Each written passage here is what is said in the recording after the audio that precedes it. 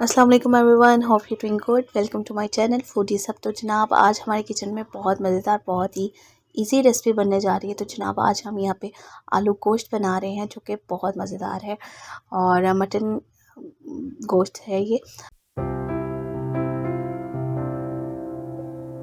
तो जनाब आपको यहाँ पे बताते चलो कुछ स्टार्टिंग की जो रेसिपी है वो स्किप हो गई, तो मैं आपको यहाँ पे बताते चलूँ। यहाँ पे हमने 3 अदद मीडियम प्याज इस्तेमाल की हैं, 2 टमाटर इस्तेमाल की हैं, 2 हरी मिर्ची, नमक हस्बे ज़ायका, लाल मिर्च 2 टेबलस्पून और हल्दी हाफ़ टेबल स्पून और मोटी इलायची, दालचीनी।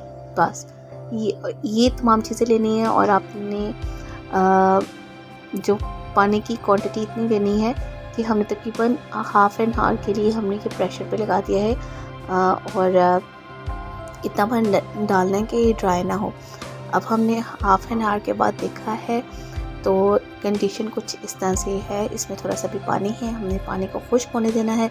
जब आपको लगा है कि पानी हमारा खुश्क हो गया है तो अपने हाफ़ प्याली यहाँ पे हमने ऑयल की लेनी है।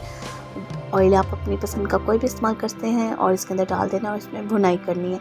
जितनी अच्छी भुनाई करेंगे हमारे जो गोश्त होता है, मटन हो, बीफ हो, चिकन हो, कोई भी उसमें स्मेल नहीं आती। तो अब आप देख सकते हो हमारा जो गोश्त है ऑलमोस्ट जो है वो गल चुका है, लेकिन अभी हमने इसकी भुनाई करेंगे।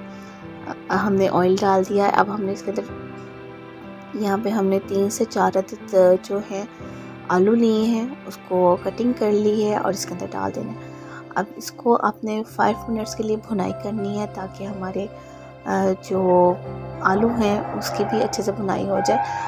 अब आपने इतना शोरबा पानी रखना है इसके अंदर जितना आप चाहते हैं। तो मैंने तकरीबन 2 से 3 गिलास इसके अंदर पानी डाले और जब पानी अच्छे से पक गया, इसके ऊपर हल्की सी तरी आ गई तो आपने इसके अंदर धनिया ऐड कर लेना है और आपका मज़ेदार आलू गोश्त जो है रेसिपी रेडी है और बहुत ही मज़ेदार है कि आप के घर कोई मेहमान आए आप उसको भी खिलाएं तो ज़रूर पसंद आएंगे। तो उम्मीद करती हूँ कि आज की रेसिपी आपको बहुत पसंद आई होगी।